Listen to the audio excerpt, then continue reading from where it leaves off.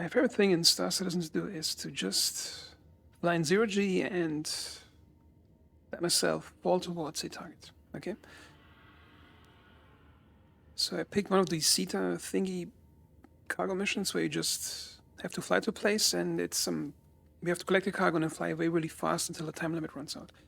Well, that's not why I picked this mission. Because usually the Zeta missions, they are placed on a map where they're not really close to a point of interest where you can fly to in fast travel.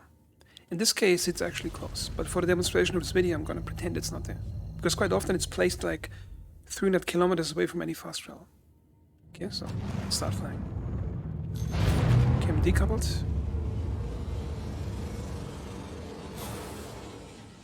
And this ship has a speed of almost exactly 1 kilometer per second in space. Okay, so, and it's under 300 kilometers, which means it's about 1.5 minutes until I'm there. And I think it's currently the most fun thing you can do in Star Citizen. Now, some of you might wonder why that is. Because it's the only part of the game where you have some dead time just traveling, where your mind can wander, and where you actually do some 0G flying out by yourself without just fast traveling to a point and just spending like 10 seconds flying to something. Even the flight itself can be somewhat involved. And I think there's gameplay depth in just traveling somewhere and it taking time. Some people might call it tedious, but I think it's required to feel the distances in this game for things to take time. And the trick for a developer is to fill that time with fun as the player is traversing through it. To never cut it short, but make it fun while he's doing it. And fun can sometimes be not doing something for a few minutes. Okay, as you can see here, I'm flying in 0G. And I can actually turn my ship any direction I want. I'm still flying in that direction. You can see the direction, the indicator. And I think they overdid this whole holographic snowflakes showing you where you're flying, because in 0G you shouldn't see that. And some people might say, it's good for not losing orientation. But the thing is, if you're flying in 0G in space, it should be disorienting for you as a player. I think this over here is too much. Okay, so as I'm flying, I probably have 1.5 minutes or 2.5 minutes until I'm close enough to dive into it.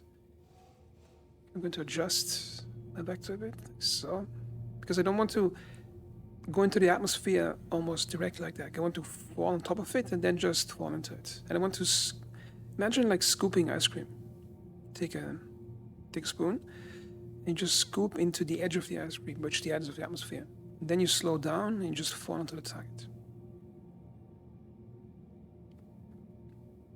I think the game currently has some serious deficiencies in low atmospheric flights, which I made videos about it before, and the video before that too. I think it can be fun just flying in 0G this part.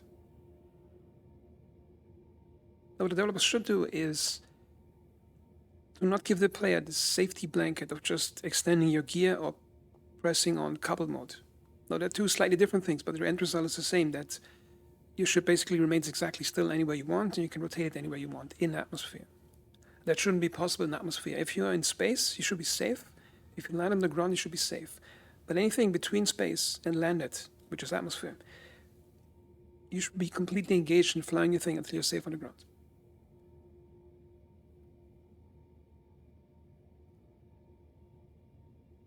Okay, so now I'm approaching. As I mentioned earlier, just this spending time doing something and having some dead time in between, it gives you a sense of time and space and having traveled. Something that's seriously missing in this game, because most of the time you press B, you point at something, you hold B, you fast travel. And even if you fast travel to ground point of interest, the game always puts you at a 20 kilometer distance to it, so you can just hold W or turn on coupled mode until you're at the target. And that's extremely boring.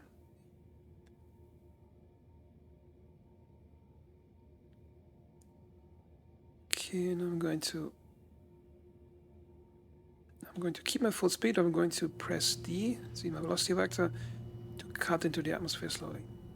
I'm still not in the atmosphere. You can see it shows a pitch indicator on the side, on the right side. When you're in the atmosphere officially, you can see the altitude. Okay, let's cut into it, and we're 30 kilometers out. Pushing down. I'm not actually intentionally slowing down. I'm just letting the atmosphere slow me down. because I really want to fall on top of it. Also, I'm going to keep the landing gear in until the last moment, because currently landing gear out is like an alternative mode, an alternative coupled mode, which you cannot turn off manually.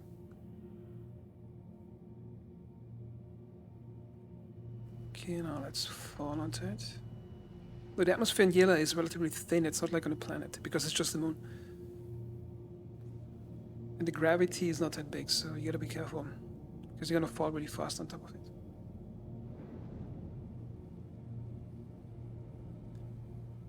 Okay. I'm going to press space up to lower the fall. And as you can see, the ships in this game have way too much thrust.